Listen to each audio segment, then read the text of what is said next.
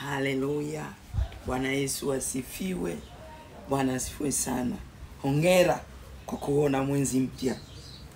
Tunawaambia wewe mwezi, sikia neno la Bwana. Sikia neno la Bwana.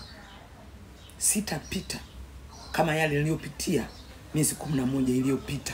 Sitaishi kama vile nilivyoishi miezi 11 iliyopita, kwa sababu Bwana ni mchungaji wangu, sitapungukiwa na kitu. Bwana amesema ameweka walinzi juu ya kutoka Yerusalemu, hawatanyamaza mchana usiku. Baba, asante kwa sababu mwezi huu utanilinda mchana, utanilinda usiku, utanilinda asubuhi. Nitokapo na niingiapo, Baba, nitalindwa na wewe. Nimetangaza kwenye madhabahu ya Injili Toka Nyumbani kwamba ni mwezi wa kupokea zawadi. Nilitangaza hivyo mwaka jana na mwaka huu natangaza tena.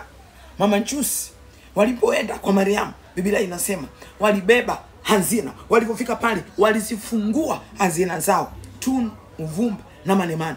Kuna watu wamebebeshwa zawadi zetu. Usipozitai, usiposema, usipoomba, my dear, watakuja na zawadi lakini hawatazifungua, wataondoka nazo. Kuna watu wamebeba ada yako, wameondoka nayo. Wamebeba mtaji, wameondoka nao. Wamebeba kodi, wameondoka nayo.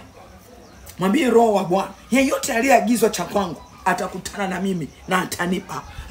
Najiombea kibali katika jina la Yesu, niweze kupokea majibu yale ambayo Bwana umeniandalia. Wako watu wameagizwa na mbingu. Mungu anatoa kabila za watu. Wako wasaidizi wa hatima ambao unatakiwa mwakani wakuingize kwenye msimu mpya, wakuingize kwenye mwanjila mpya, kwenye mwaka wetu wa kutembea kibabi. Wako watu wameagizwa. Usipodai, usiposema, utapishanishwa nao. Mungu anasema ataziamuru baraka zije na zikupate.